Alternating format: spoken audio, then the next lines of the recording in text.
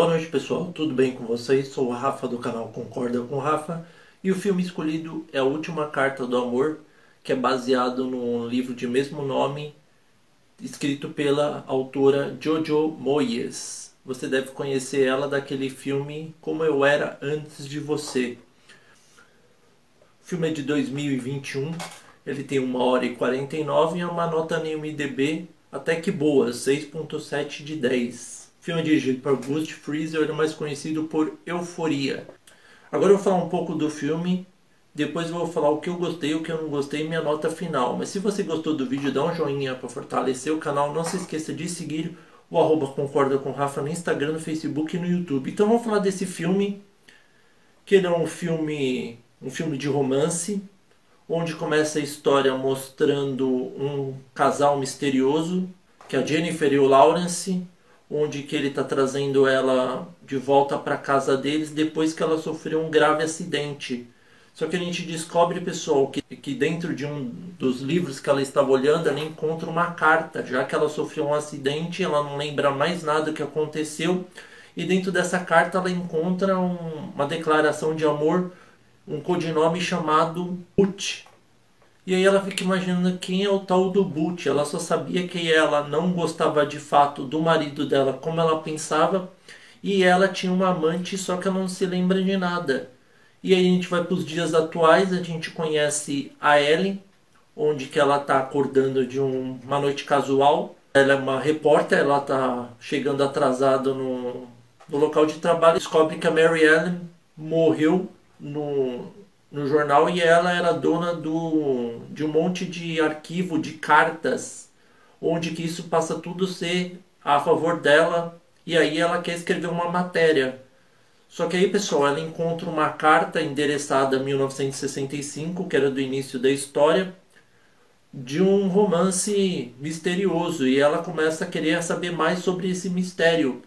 Ela vai no arquivo, conhece o Rory não é nada simpático, ele é completamente sistemático. Ele fala que ela tem que agendar um horário e tudo mais, ela nega no começo, mas depois ela agenda. Aí a gente é transportado para 1965, onde a gente vê como que iniciou esse caso. Na realidade, o marido dela é um magnata, um repórter aparece na casa deles, que é o Anthony. E aí o Anthony no começo ele tá com uma garota, ele é completamente estúpido no meio do jantar. Ele é pedido para se retirar, que ele fala que ele não aguenta essas pessoas almofadinhas, que não sei o que, esses magnatas. E no dia seguinte ele escreve uma carta, um pedido de desculpas e fala que vai entregar pro marido da Jennifer. Só que aí ela fala, tudo bem, eu aceito suas desculpas, mas você vai ter que almoçar com a gente. E aí eles combinam um almoço. No meio do almoço, o marido da Jennifer é chamado para falar de uma coisa e ela fala que o Anthony parece o tal do Butch do Scoop. E a gente descobre que já de início que o Anthony vai ser o futuro amante dela. Ele vai falando com ela, eles vão se interessando um por outro. Ela chama para navegar com ele. E quando eles estão falando, ele se abre e fala que ele tem um filho com uma mulher, só que ele foi infiel com ela. E aí ela fica meio constrangida e se interessa mesmo assim por ele, mesmo ele sendo infiel. E eles começam a um ser amiguinho do outro, só que essa amizade vai se tornando cada vez mais intensa. Até que em certo momento, quando que o carro não está ligando, e eles vão pro local que ele está passando os dias já, que ele não mora lá, ela entra no quarto dele e quando ela vai beijar ele não aceita. E aí ela fica completamente triste, vai embora, corre para casa. E aí no dia seguinte ele manda uma carta para ela e a gente descobre que através disso que começou esse caso, que ele mandou a carta escrito Butch, falando que ele ama ela, só que ele quer isso que seja da forma que um aceite o outro. Ele não quer apenas um caso com ela, ele quer um romance sério. E aí eles começam a se encontrar no parque, que é o local de encontro secreto deles, começam a ter um caso que vai se tornando cada vez mais intenso. E a gente vai vendo que ela se apaixonou por completo com ele. E aí o Anthony recebe um convite para ele morar em Nova York.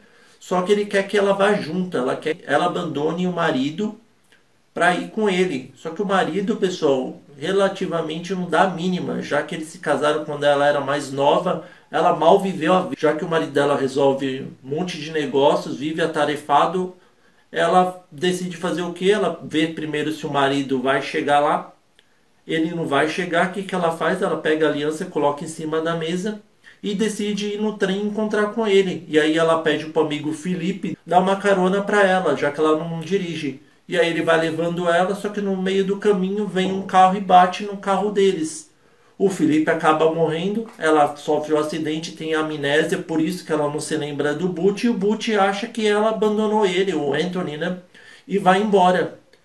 E aí a gente volta de novo aos dias atuais, a gente vai vendo que a Ellie vai querendo descobrir se o Anthony e a Jennifer estão vivos. Na verdade ela nem sabe quem é, porque eles usam um codinome, que é o Butch e a Jota.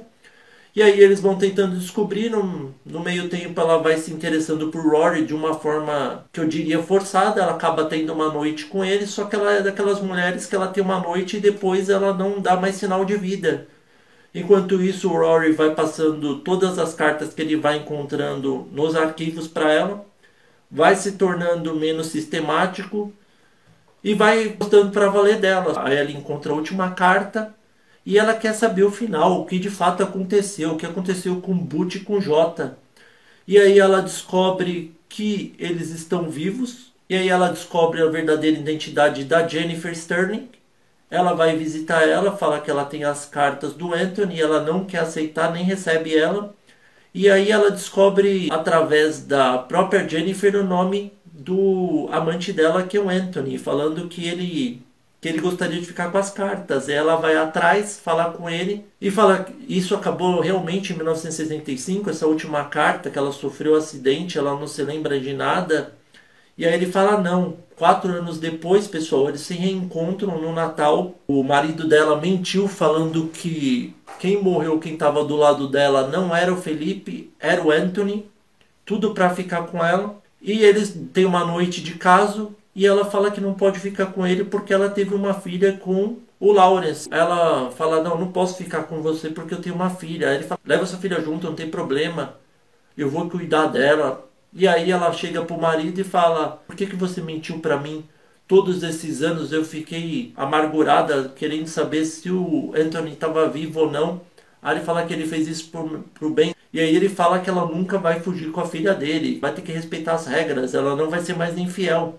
Enquanto isso, ela volta pro hotel, junto com a filha, fugindo. Não sei como que o Lawrence não viu.